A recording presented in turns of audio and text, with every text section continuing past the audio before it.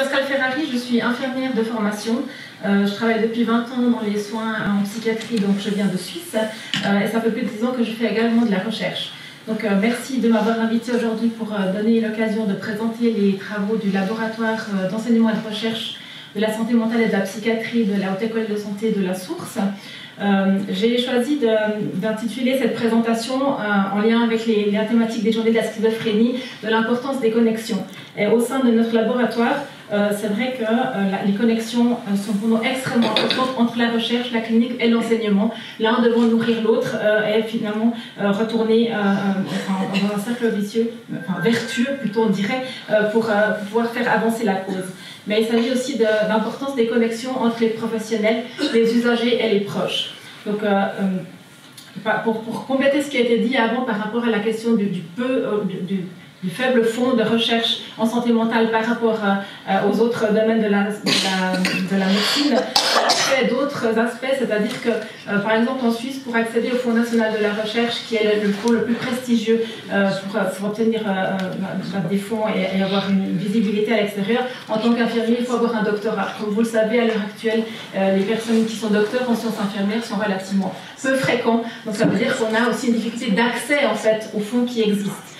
Une autre difficulté quand on a accès à ce type de fonds, c'est qu'au fond, il faut qu'on présente des études qui se centrent sur des résultats qui sont médico-centrés, alors que notre angle de vue est la question de l'accompagnement des personnes concernées et la question du rétablissement, et du coup on est sur d'autres résultats de recherche, donc ce qui pose également un problème. Ensuite, quand on veut accéder à d'autres types de fonds moins prestigieux, mais il faut au moins avoir un degré de master, ce qui n'est pas non plus forcément le cas et qui est aussi relativement récent dans le domaine des soins et qui pose un problème pour les anciens comme moi qui n'ont pas d'équivalence de titre bachelor et qui ne peuvent pas en fait accéder à la question du master.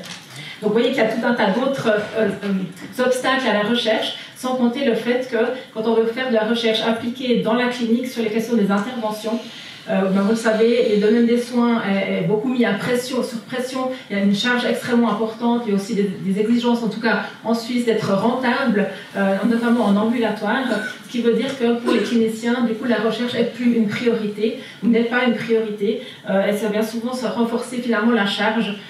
Les équipes en fait, pensent ensuite qu'ils sont utilisés sans arrêt et qu'ils ne reçoivent rien en retour. Et un des enjeux majeurs pour nous également, d'où l'importance de ces connexions, c'est de pouvoir redonner au terrain, c'est-à-dire rendre finalement les résultats de recherche, de permettre le transfert des connaissances et des compétences dans le quotidien. Donc je vais vous montrer du coup sur quels axes nous travaillons. Donc ici, vous avez une photographie des personnes du laboratoire. On est un peu moins à l'heure actuelle puisqu'il y a un certain nombre d'assistants de recherche qui dépendent des fonds, donc qui ont des contrats à durée déterminée.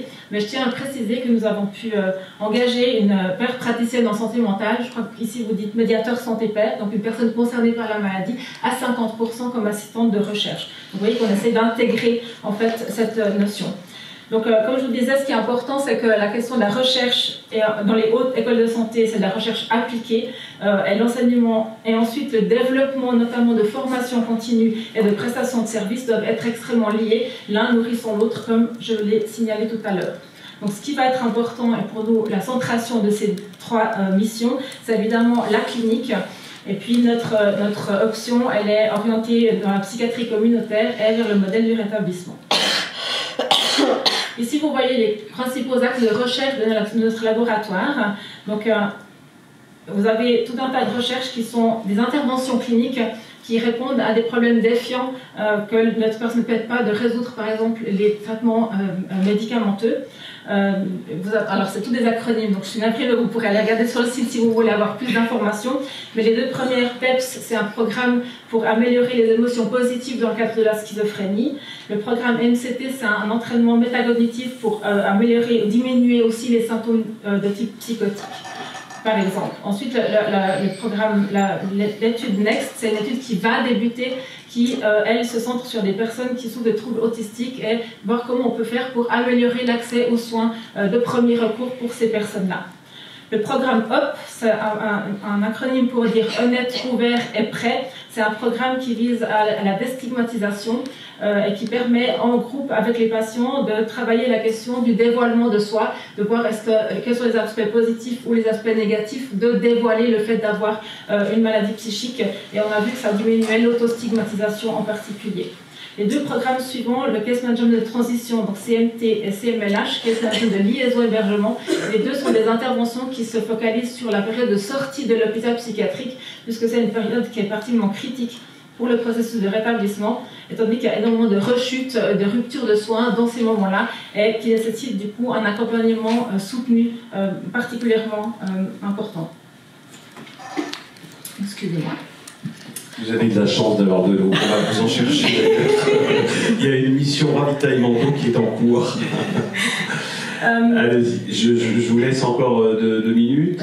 Concernant les compétences professionnelles, une étude sur les compétences infirmières auprès des proches atteints de personnes atteintes de schizophrénie. L'étude FOR-PEPS, c'est en lien avec le programme sur les émotions positives, mais l'étude des aspects pédagogiques en lien avec cette étude-là.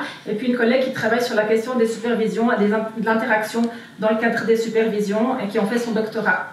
Le soutien aux proches aidants, un programme Ensemble qui est un programme d'intervention précoce pour les proches de personnes souffrant de schizophrénie, de troubles psychiatriques, pardon, qui a aussi été développé dans le cadre d'un doctorat.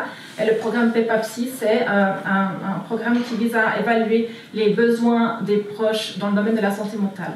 Et puis finalement, dans le domaine de la décision partagée, on a une étude qui est initiée par notre père praticienne sur la décision partagée initiée par le patient concernant la question du traitement neuroleptique.